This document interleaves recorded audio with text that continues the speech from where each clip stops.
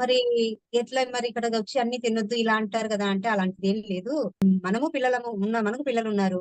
మన పిల్లలు ఉన్నప్పుడు నలుగురిని నాలుగు రకాలుగా చూస్తామా, అందరిని ఒకే రకంగా చూస్తామా అని చెప్పాను. హ్మ్. అంటే అందరిని ఒక రకంగా చూస్తాం అంటే భగవంతుడు కూడా ఈ ప్రపంచంలో ఉన్న వాళ్ళందరినీ ఒకే రకంగా తన పిల్లలుగానే చూస్తారు. ఒకరిని ఒక రకంగా, ఒకరికి మంచి చేశాడు, మాకు చెడు చేశాడు, మాకు భగవంతుడు ఈ తలరాతలు ఇట్లా రాశాడు, ఆయన గుడ్డివాడు ఇవన్నీ అనడం కరెక్ట్ కాదు. ఆయన ఏం చేయలేదు, మనం చేస్తున్నాం. హ్మ్. మనం ఏం ఆలోచించి మనం ఏం చేస్తేనే మనకు అలాంటి ఫలితం వచ్చింది.